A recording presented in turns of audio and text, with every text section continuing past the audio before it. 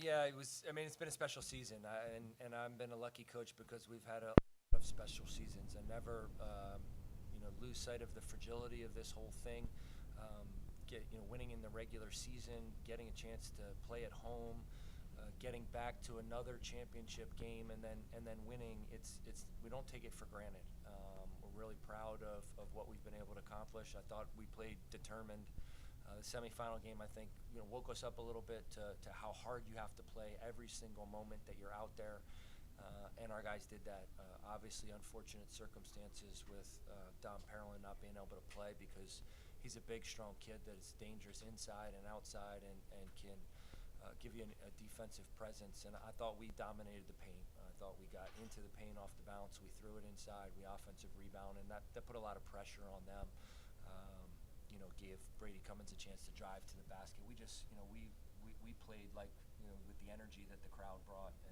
Super proud of the group, of the season, of the game. So it's been a great ride, and excited to keep getting to coach this group.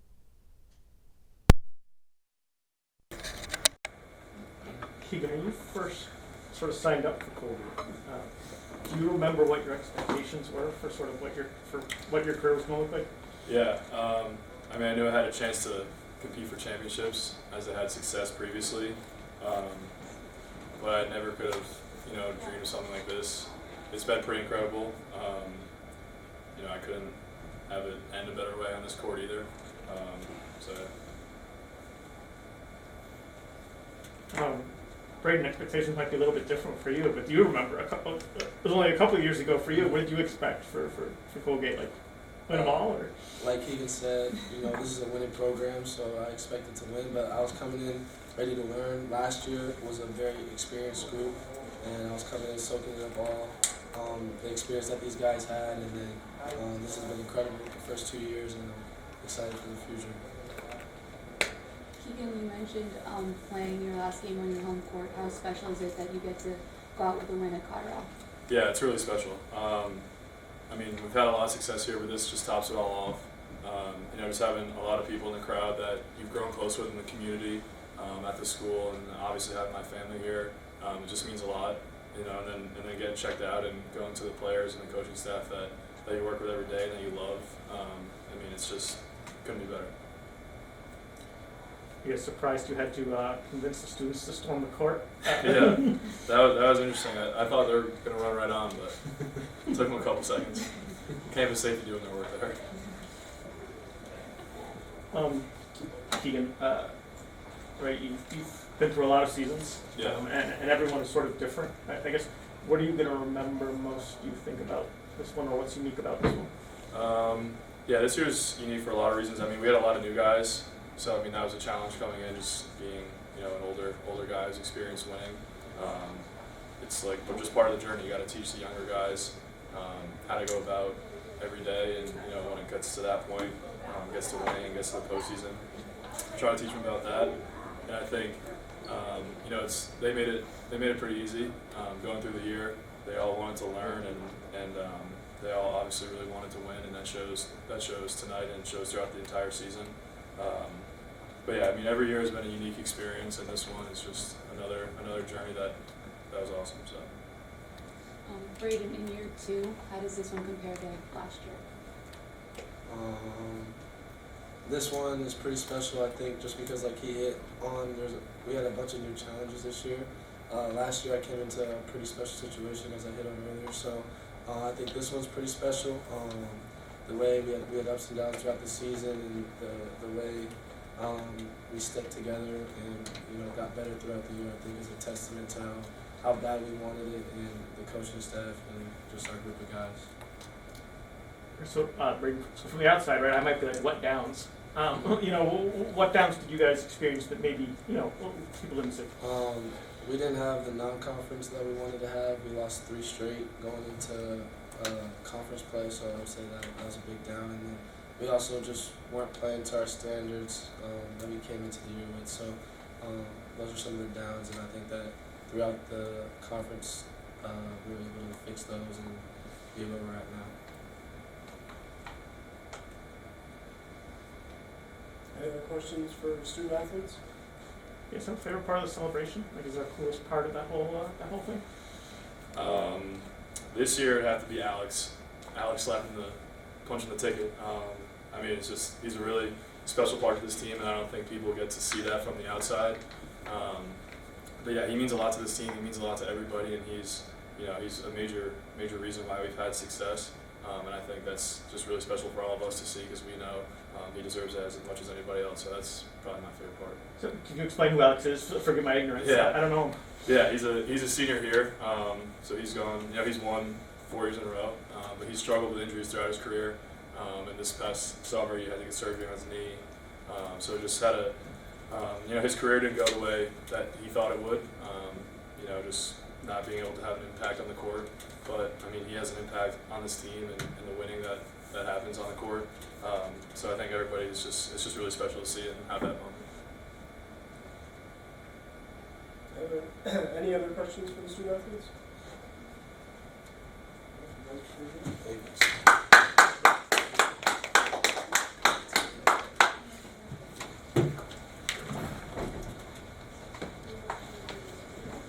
Questions for Coach Langel?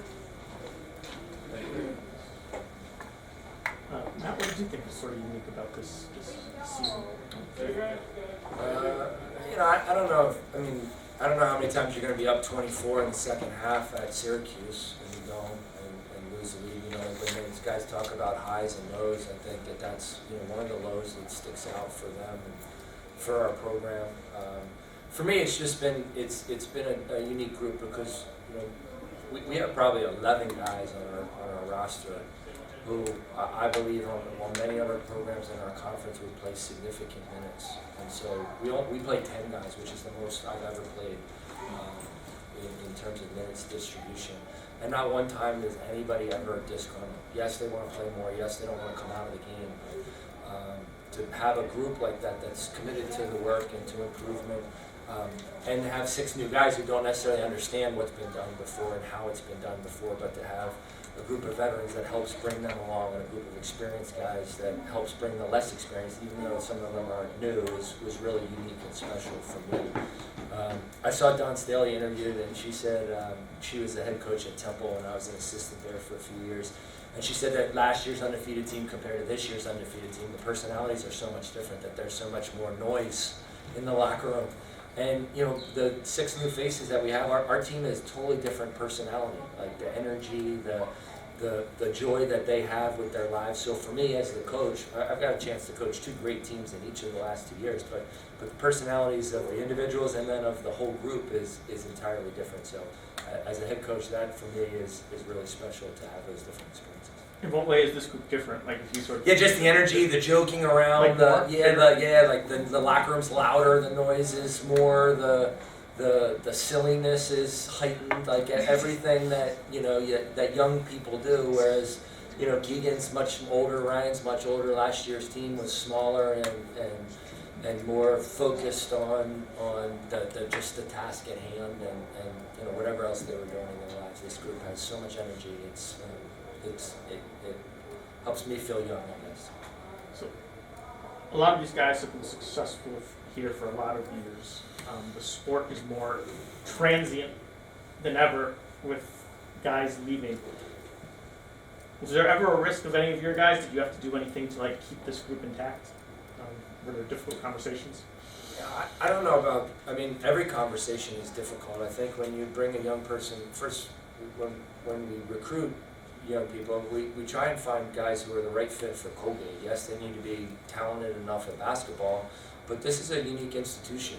You're talking about a small liberal arts college in a fairly rural part of the country that most basketball players may not identify with, and so we need to find guys who, yes, they want to be the best players they can and have a chip on their shoulder and are about sharing and playing team basketball, but we need guys who are going to value the experience. The schoolwork here is not easy, and so going to class at 8 o'clock in the morning and getting back off the road at 3 o'clock in the morning and waking up to go to class, you got to have somebody who's not miserable doing that. And so I think that we've identified the right people for Colgate who have flourished here. And so when met with the opportunity, Keegan was in the transfer portal.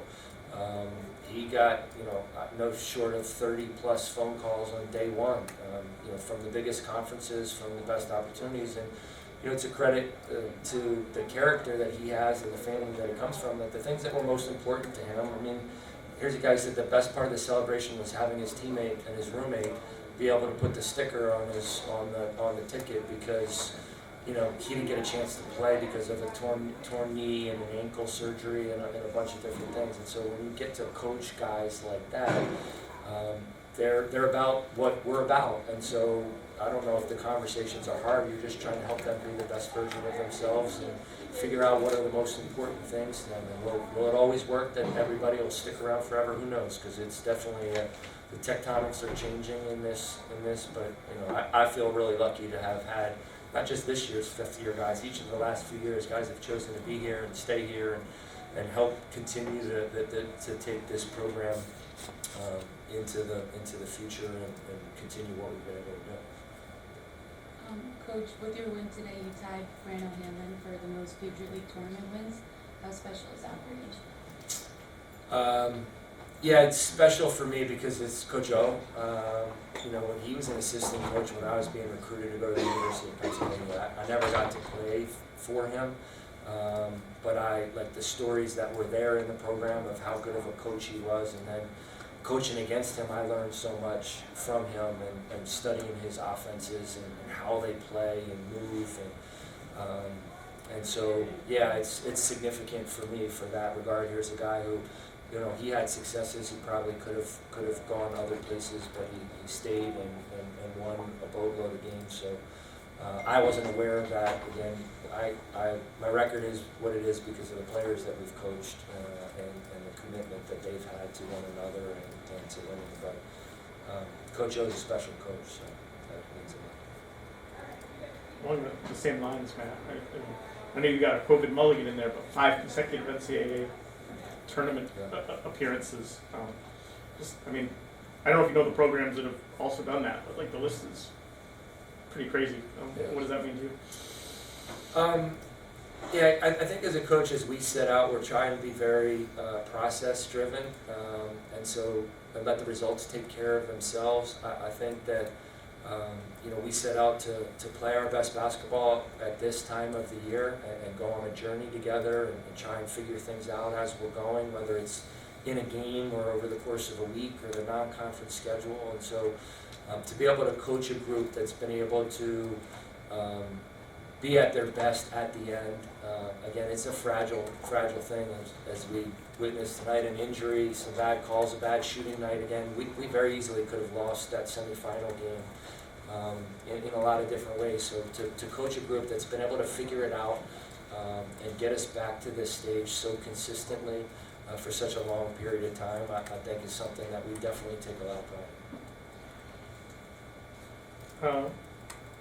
People really seem to love Jeff Woodward. What is it about him that people love? I can't speak for other people. I think what I see when the lights are the brightest and the stage is the biggest, one, he's an incredible human. The stuff that he does for other people, the friend that he is, the passion he has for life is contagious.